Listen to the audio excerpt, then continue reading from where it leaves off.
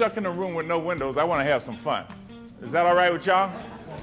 Okay. Now I have to throw out another confession. I've lived in Texas. I'm originally from Ohio.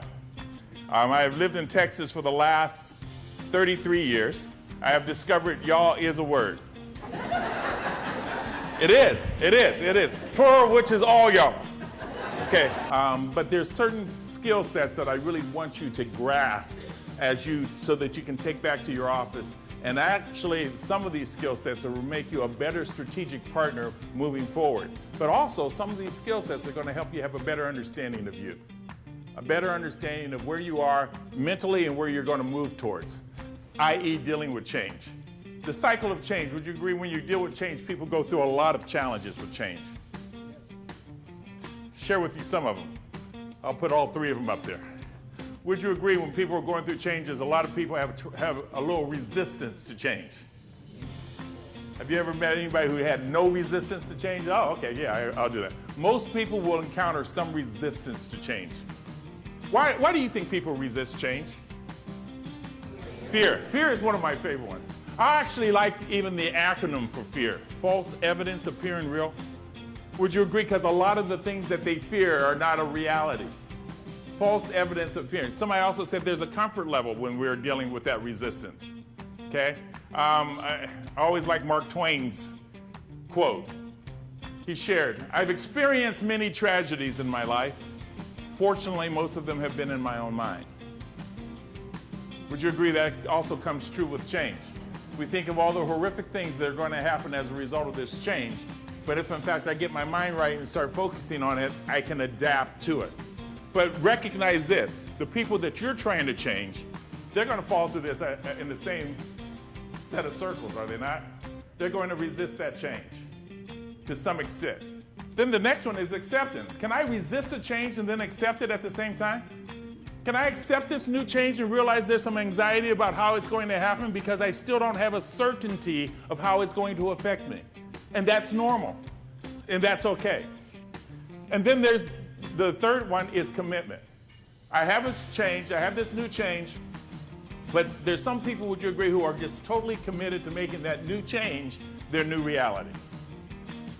Here's the magic and why it makes a difference to you. It's the percentages.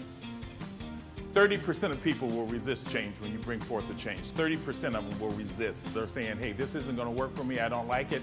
I'm going to resist. I'm going to put up all the stops. 50% of them will accept that change as part of their new reality and are ready to move forward to that new reality. And last but not least is the 20% who are committed to making it happen. Most people say that's the 20% that made the change happen in the first place, but we're not even going to go there. We're not going there. But one of the things that I love doing with a group like this is I do a survey. I try to give you a survey and try to predict what you're going to jot down. So I'm going to ask you, I think everybody has my handout. Somewhere there's a blank piece of paper, somewhere there's an ink pen. What I'm going to ask you to do is write down 5 things. And I'm going to see how well I do on this prediction. Are we good?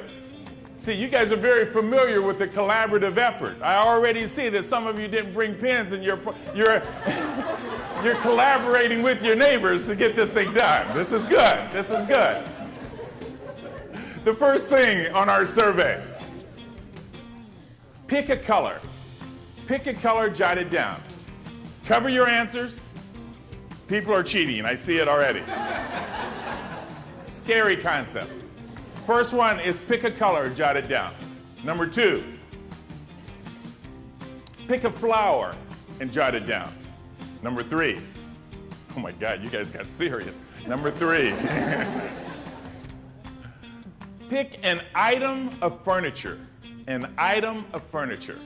Number 4, write down the name of an animal at the zoo. An animal, and I mean a traditional animal. Some of you are thinking of your kids and your grandkids. I mean a traditional animal. Go ahead and jot that down.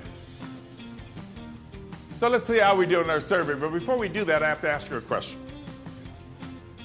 How many of you, when you were growing up, or maybe even currently, were in the choir? Awesome, choir. I just wanted to see where my experts are because we're going to start off with some choir practice. See, believe it or not, there's people in this hotel that does not recognize that TXDOT is in here working hard. And HR is leading the way. So we need to let them know we're in here. Are you with me on that? Are you with me? Okay, now let's see. We're going to start off with color. On 3, we're going to shout that out as loud as we can. Are we ready? 1, 2, 3. Woo, you guys are ready. Flower. 1. On 3, on 3. On 3. Everybody good? Everybody in a group. Now, especially in a group where we're focusing on leadership this morning. When you have a group of people, 3 or more, we need a leader. So in your group, I need a leader. Don't panic. I have a scientific method of doing this. I need everyone to point to the ceiling. Come on, you can do this. Don't let the kid inside you die. The way that works is I count to 3. When I count to 3, remember, counting to 3 is important. When I count to 3, I want you to point to the person in your group who you want to be the leader. The person with the most fingers pointing at him is our leader. Ready? 1, 2, 3.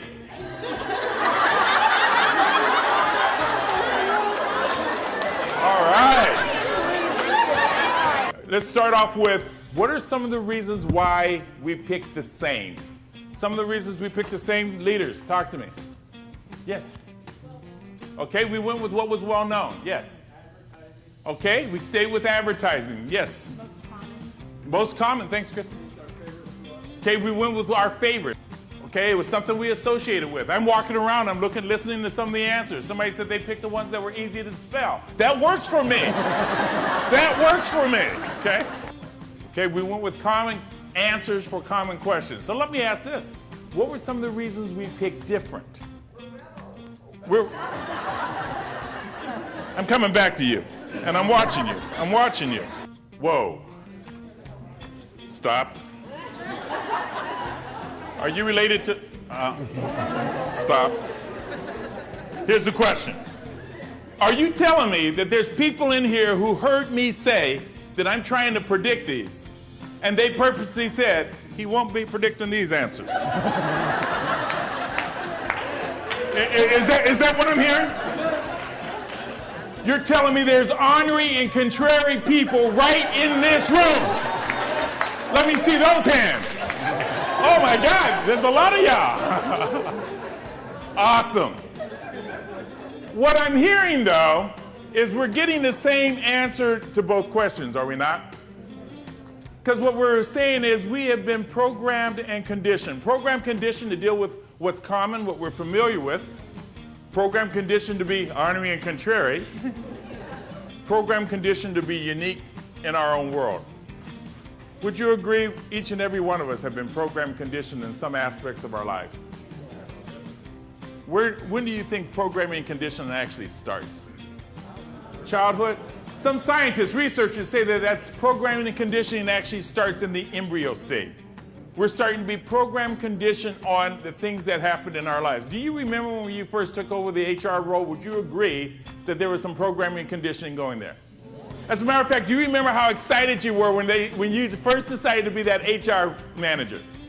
Remember you were excited. You called your mother, I'm gonna be HR. You were excited. You got to work the first day, they said, you must be new here. They started to reprogram you that day, right?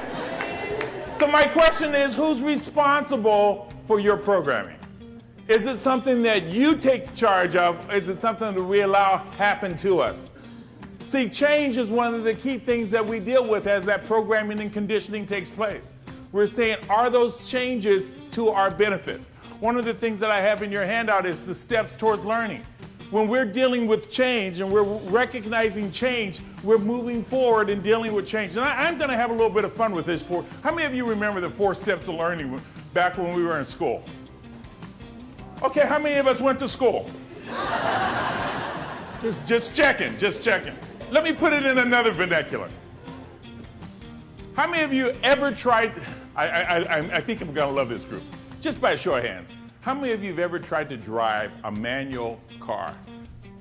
I love this group, yes. No, Let me give you a statistic, first of all. When I talk to some groups, they don't even know what I mean by a manual. Do you realize there's less than 6% of vehicles on the road today that are manual shift? I mean, it has made a tremendous change. So let's go back to that. How many of you, when you first started to drive a manual shift, better yet, were you like me, where you saw your parents drive it and you said, boy, if they can drive it, I know I can drive it, right? By the way, we call that the first step to learning. How many of you got behind the wheel and kind of went like this down the road? Okay, let me say honestly, let's see, okay. By the way, that's step one, unconsciously incompetent. New words. That would be, in today's vernacular, that would be clueless. You didn't realize you were clueless up until then. You got behind the wheel, you realized you had no idea what you were doing, it took you to consciously incompetent. Now you knew you had no idea what you were about to get involved in. How many of you are tracking me? Would you agree that that happens with each of us? And how many of you got to that next level, consciously competent? You realize that if you shifted the gears, put in the clutch, and did the right synchronicity, you can get down the road without whiplash. How many of you said, as long as I'm paying attention, I can get this done? Let me see how many of you did that. All right, yes. We got to that. How many of you just said, I can't wait till those automatics come out? I'm not driving till there's an automatic somewhere. And then eventually we got to step number 4 in the learning, where we become unconsciously competent, where we can do it without thinking about it. How many of you can drive a standard automobile right now without even thinking about it? It's just, you get behind the wheel and you just start rolling.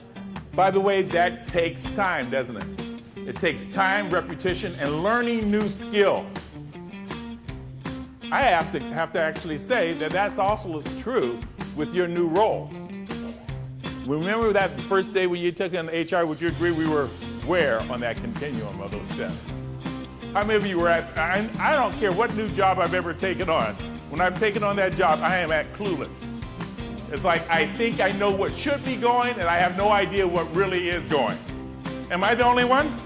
I mean, you're at that place. And then you started consciously competent. You find out what all the rules, regulations, compliant issues are. And I start getting everybody on the right page and we're moving in that right direction. And you finally get to where people will call you and they ask you a question. You knew the answer off the top of your head, remember?